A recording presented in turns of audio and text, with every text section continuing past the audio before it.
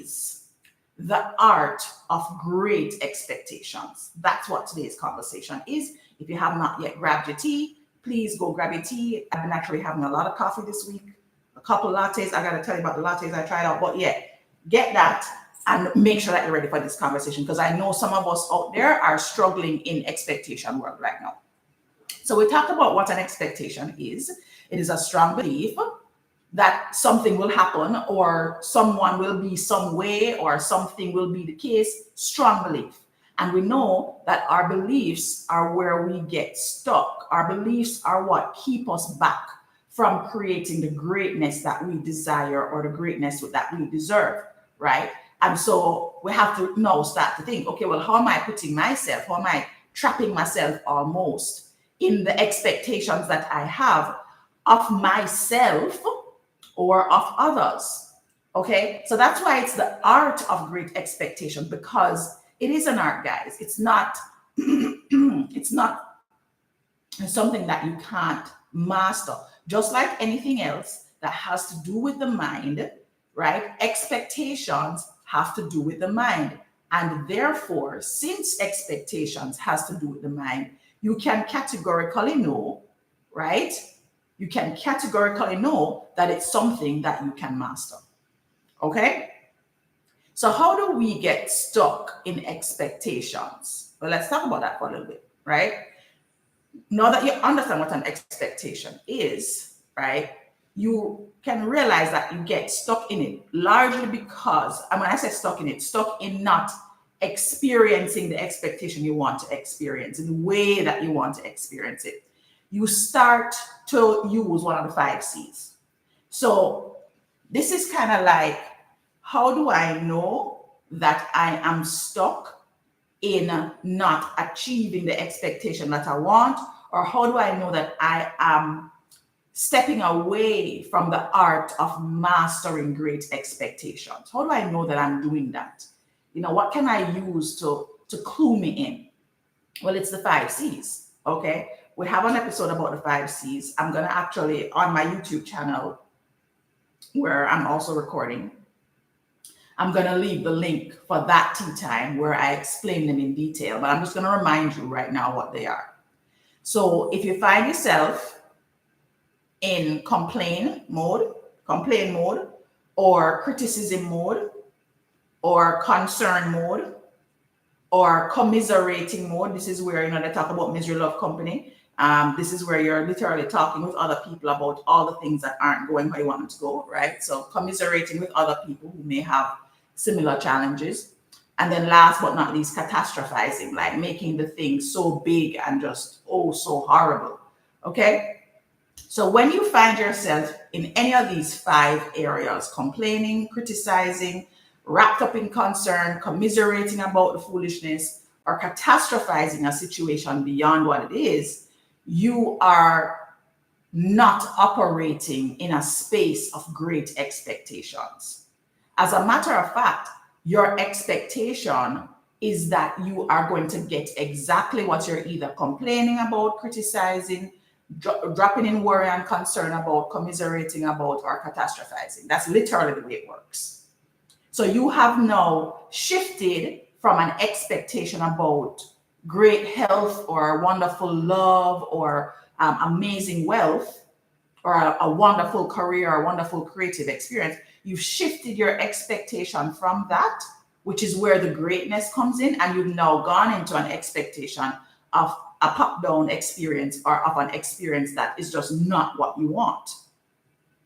All right?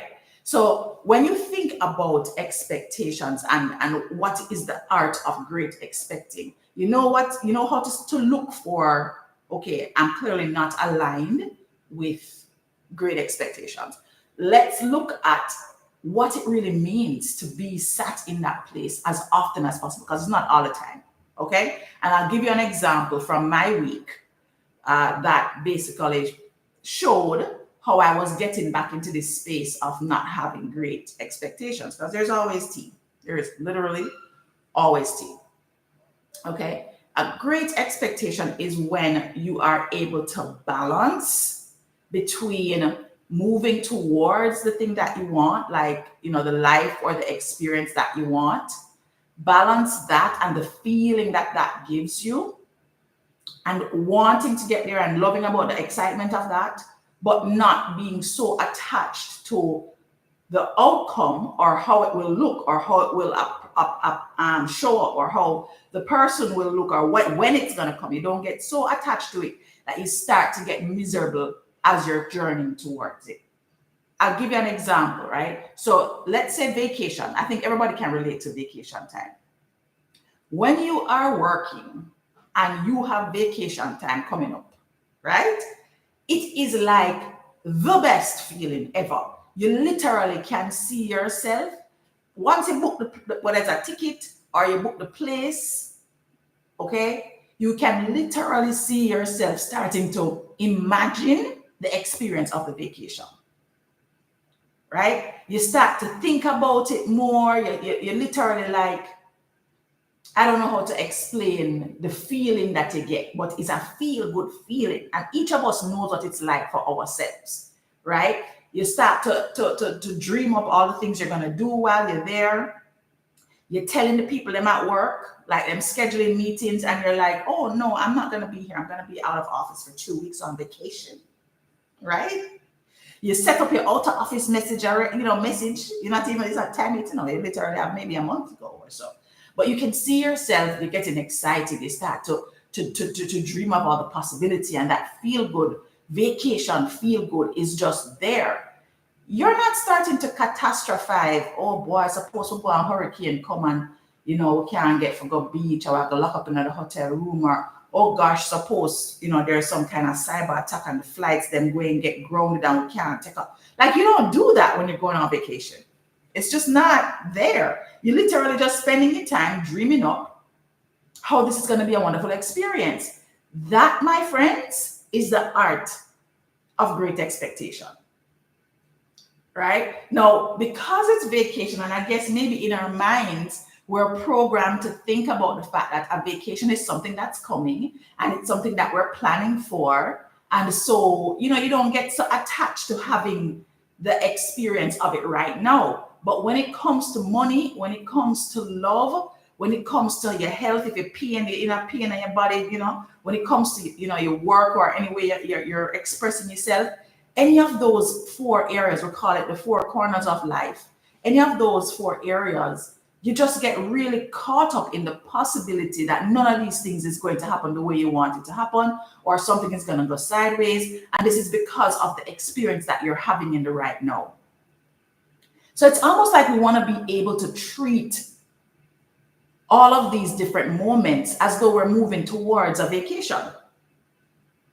Because there is something about that detachment from having this away experience that would serve us in our now moment, in our now experience.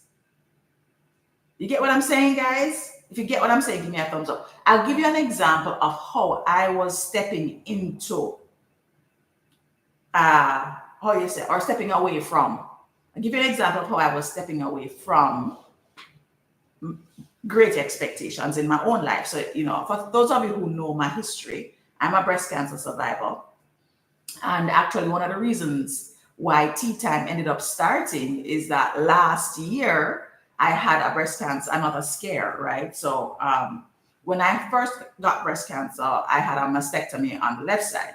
And so, in my journey towards health and wellness and just all this amazingness, I have been doing my annual exams, and I used to have to go like twice a year to do all these different scans because my cancer was very aggressive, and they want to make sure that it's not showing up anywhere else and stuff.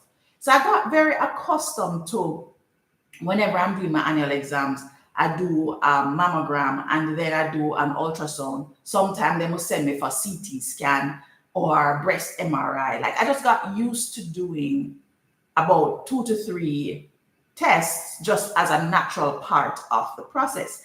And I can tell you guys that even going in to do the different checks and stuff like that, it was never a situation where I had an expectation to not have a bad result. I don't think I sat there thinking, I'm gonna find a lump. I don't think I sat there thinking that every time, but I can tell you that I did not set an expectation that there wouldn't be anything either.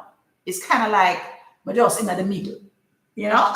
It's just sat there, and it's getting cancer is a whole mental thing. So anyway, so last year now when I did my exam, and I did my, usually what happens is they'll do the mammogram, and then they'll move me into the room to do the ultrasound. This had become kind of standard, right? I know my nurses, I know my team, my doctors, everything. So what had happened last year is that I went and did the mammogram, and then I was waiting because I usually wait to do the ultrasound. As expected, right? I go and I do the ultrasound after.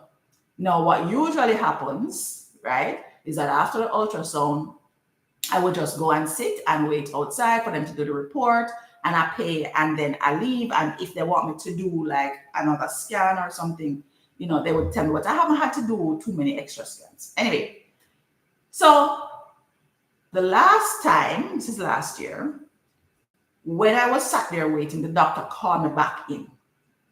And let me tell you something. You see, if you have had cancer, you don't want the doctor call you back in. You just want the receptionist to say, it's time to pay and go. Okay. Anyway, so the doctor calls me back in.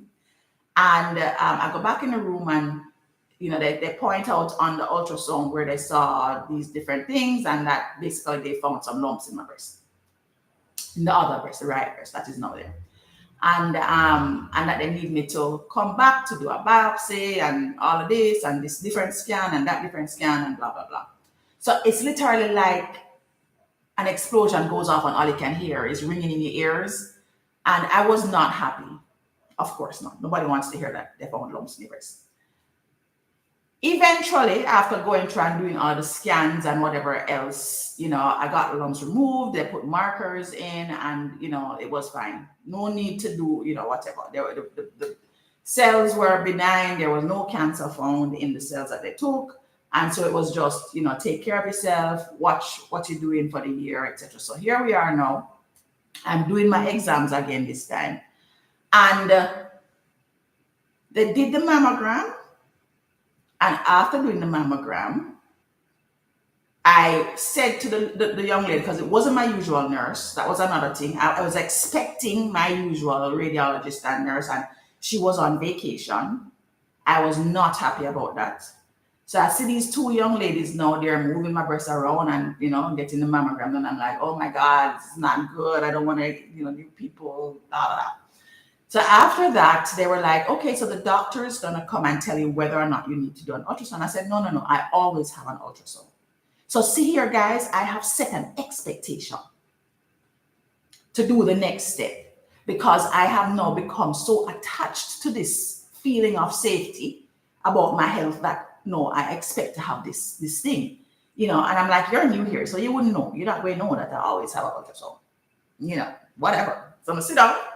And then I saw the receptionist come and wave me forward. So you would think that, okay, Stacey, that's the receptionist. That's not the nurse coming to get you to say, go get the ultrasound. That is not what happened. Stacey was fully expecting to do the ultrasound. So I walk into the ultrasound room. There's somebody else's breast them have up on the screen waiting for that person to walk into the room. It's not because they were not expecting me, but I was expecting them. Right? So I walk into the ultrasound and the nurse is looking at me like, you don't have the ultrasound. The doctor looked at your mammogram and everything seems okay. No change since last year. You saw the markers. You just got to go pay. So I was a bit bewildered, honestly, guys. I mean, no, under normal circumstances, or I shouldn't say under normal circumstances, what my expectation is that I would just be going through the process again because I had this big scare last year. And I'm just like, this is my way to know, to be sure, to feel like. And I got to the receptionist and she was like, well, do you want us to do the ultrasound? Because we can't do it if you want us to do it. But based on the report and whatever, you don't. And I said, you know what? No, let me just go sit in the car. I'll pay for this. I'll go sit in the car because. And I went and I sat in the car and I called my spiritual love partner. And I was like, honey boo, The weirdest thing is happening to me right now. I got a good report from the doctor. That's literally what is happening, guys. I got a good report. Okay? And there was a part of me that was so programmed to have this next step and to expect there to be something found that I was uncomfortable. Now, guys, I'm not saying that if you feel so badly that you don't do the extra step and you don't take it on and look and do the ultrasound or whatever. I'm just pointing out to you that mentally, my mind had just kind of convinced me, right, that this is the only way to feel safe. You have this expectation of health, or maybe you don't. What is your expectation, Stacey?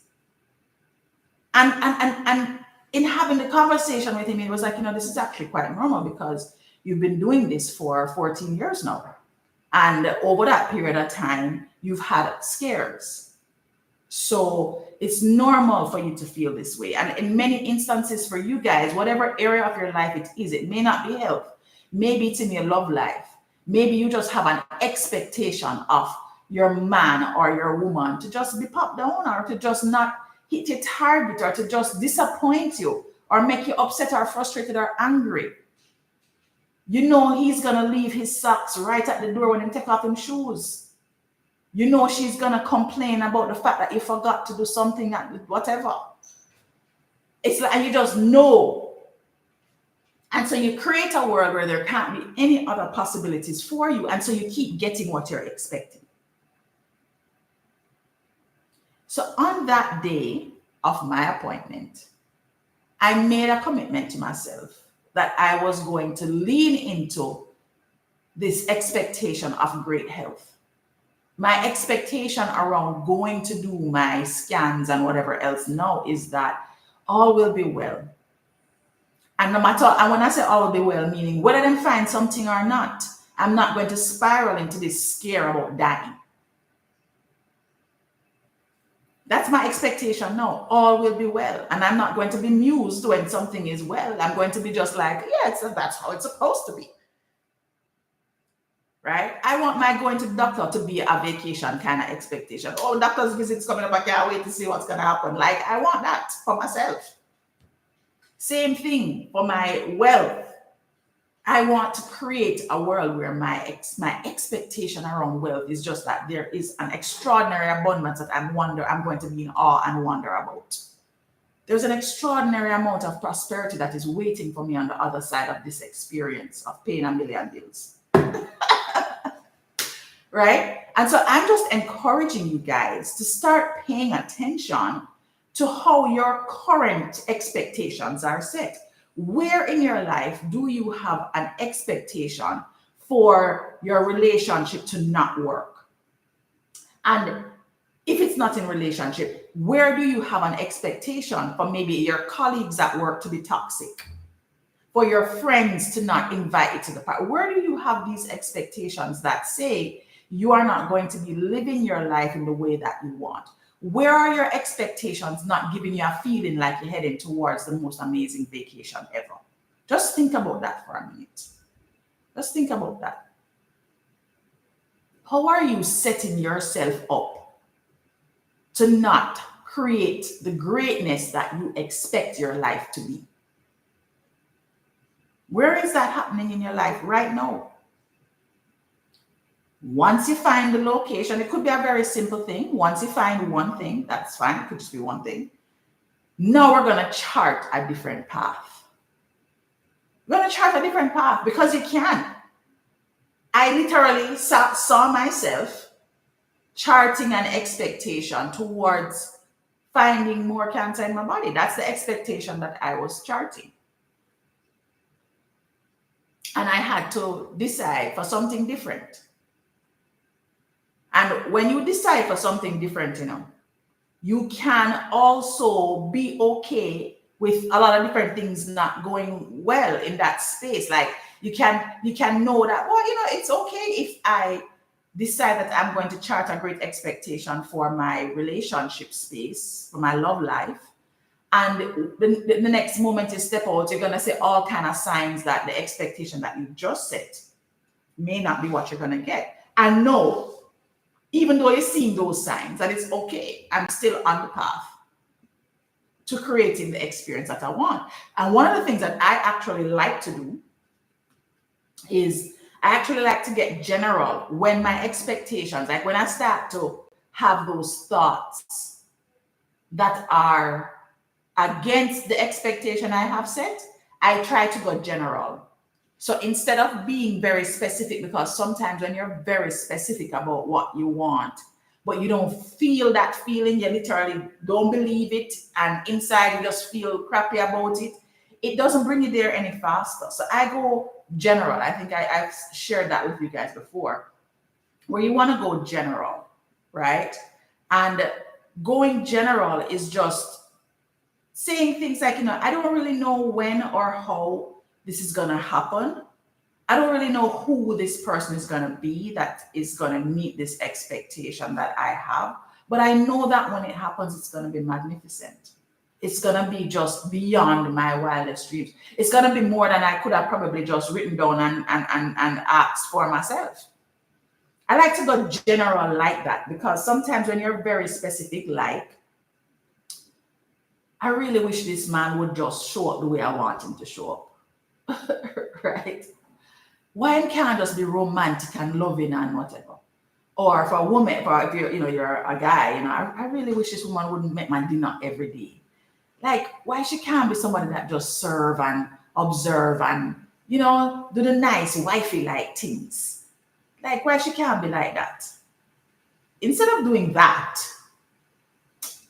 just go general.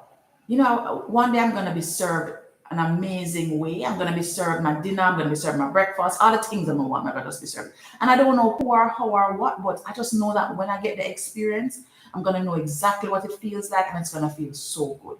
And I can't wait to get to that. It's gonna be so good. You're not focusing on the person that's in this space now that's not doing what you want them to do or being who you want them to be. Because a lot of times you're there focusing so much on what this person's not doing or who they're not being, right? And your expectations are being, wrapped up in that negative energy that you feel when you realize that they're not doing and being the way you want. That you yourself, who may need to actually create shifts in how you're being in order to welcome this into it, you can't see it because you're so caught up in the person and what they're not doing or being. And until you start to shift, it's always about, until you start to shift, until you start to behave in a way that is going to allow your expectation to land in your lap in an amazing way, you're going to keep getting what you're getting. Or it's going to take longer. It's going to take longer for you to get to the point where you want it to be. That's what somebody said, Choman. Yes. Right? But guys, I think the main thing that I also want you to recognize is that despite all of this, despite all of this, there is still hope.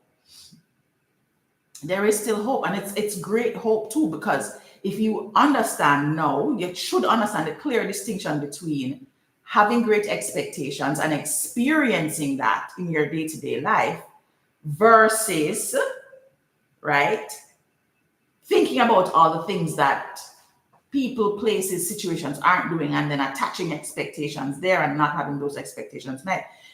You already know that distinction. Now it's just, all right, how do I make this a habit? How do I make having these great expectations a habit? What do I do to allow myself to step into a more abundant thought process when it comes to expectations? Because that's ultimately what you want it to do, because it's a very powerful thing. It's a very powerful thing to actually sit in expectation and not be attached to the outcome. It's just like you just know that your life is supposed to be great. You are an amazing human, which you all are. And you deserve all the things that you desire in this life. It's a wonderful experience to be able to sit in that more often than sitting in life rough. Yeah, just so hard knocks and things. I don't know when things going to change, but I have to just go and hustle and struggle. Why do we do that? Why do we do that? We need to stop doing that. We need to stop speaking poor expectations into our life and then complaining when we're not getting the great expectations. We have to stop it. Okay? So how do you get detached from outcomes, right? Detachment from outcomes is a mindset that you have to cultivate. And it's something that you have to do with yourself. It's something that you have to do kind of over and over again. And it's something that you do with all the things you desire. The simple things that happen every day, as well as the big things that you want to see happen in your life. Right? When you focus too much on how things should happen, and you get into that he should be, she should be, it should be, why is it not? When you get stuck there, you're creating resistance. So instead of being in the art of expectation, you are in the art of resistance. Who wants to live in an artful, resistant way? Just the word alone, resistance, means you are not getting to what you want. All right? So detaching yourself from the outcome is planting that seed of your desire, like we talked about the vacation. You put in your vacation time, you get that approved. That is the planting of the seed. Once the seed is planted, you're not going to keep applying for vacation over and over again. You don't get the approval already, so the seed is done planted. The only thing you have to do now is water the seed, which looks like imagining what an amazing experience you're going to have on this vacation. Imagining coming back to the office, coming back to work, if you work from home, and saying to people, oh my God, it was the best vacation ever. I couldn't believe it. I had so much fun. Like, imagine having those conversations on the way to the actual vacation happening. Right? So instead of doing this thing where you're getting into the resistance space, you're doing something where you're nurturing. It's like you're watering the seed of your expectation without digging it up. That's basically what it means, right? And if you are in that space where you are watering the expectation and you can find yourself stepping away from complaining, criticizing, sitting in concern, commiserating with other people about the drama, or catastrophizing, if you can find yourself stepping away from that, then you can joyfully anticipate what you want to experience. And that's it. It's the joyful anticipation and focusing more on how much better you are going to be as a person by the time you get there. You know, people talk, why do you think this summer body thing works so well? Everybody, every year you come around, people talking about them summer body, them going to get on that treadmill because they're working towards wearing the swimsuit, and it's now a great motivator. In the islands, it's about the carnival body. That's going to be me next year, because I know I'm jumping carnival next year. I've made a pact with a whole bunch of people. So somebody going to be jumping carnival one way or the other. And I'm setting some great expectations about having the stamina to walk for 5 hours. Anywho, yeah. So, oh, look at this card that came up. I trust the timing of the universe. So this is our intention for this conversation about expectations. I know that there is no need to chase or rush to dominate. All that I desire has already been given to me. I only need to be prepared to access it when the time comes. What a wonderful card. And that was just me randomly shuffling, right? I trust the timing of the universe. If you trust the timing of this amazing life experience that we are living right now, this vast experience that we're living, you will be able to have these great expectations and not worry about or be concerned about not having it. I need to jump carnival in Trinidad. Yes, I actually wanted to do both. I need to go figure that out. I don't know where to look. I'm going to start, because I know carnival in Trinidad is February, and then there is April. I got to figure it out. But yes, I do need to come jump carnival in Trinidad. Absolutely, Ray. Absolutely, I agree with you.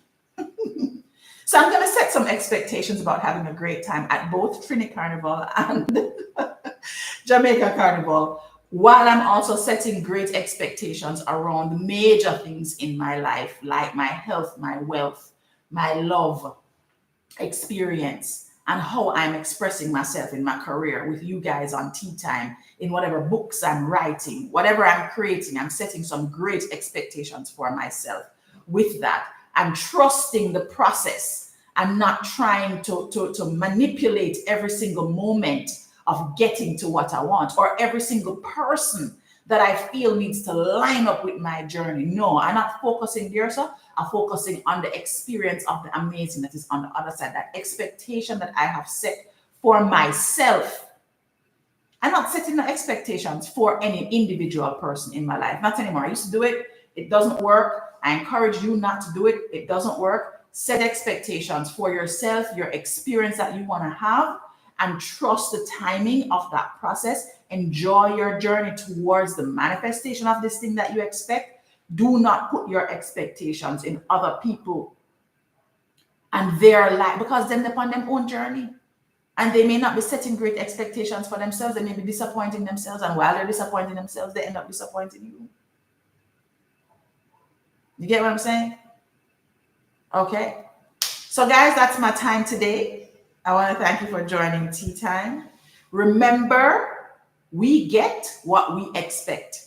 And therefore, we want to make sure that we are nurturing positive expectations and letting go of the how and the when, and opening up ourselves to receiving more of what we actually desire, right? So the art of great expectation is letting go of attachment to the outcome and trusting in the process, and allowing yourself to nurture the feel-good feeling of it on your way to achieving that expectation. Okay, so thank you so much for joining Tea Time. I really look forward to hearing how all of the expectations of greatness have been met. All right, guys. And please note, I am growing my YouTube channel. You should see it. I'm fixing it up. It looks so nice. Follow me on YouTube for a lot of the shorts that come out of these episodes, and also for just following. I'm going to put the link for the 5 C's that I talked about in this episode. I'm going to put the link for the 5 C's Tea Time. That was a really good one. Not because I was talking, but because it was actually really good. I'm going to put the link for the 5 C's in this episode, so that when you watch this one on YouTube, you can always reference that older episode, so you can learn about how to manage criticism, complaining, and all of those different things. All right. Thanks so much, guys. Take care. Enjoy the rest of your Saturday.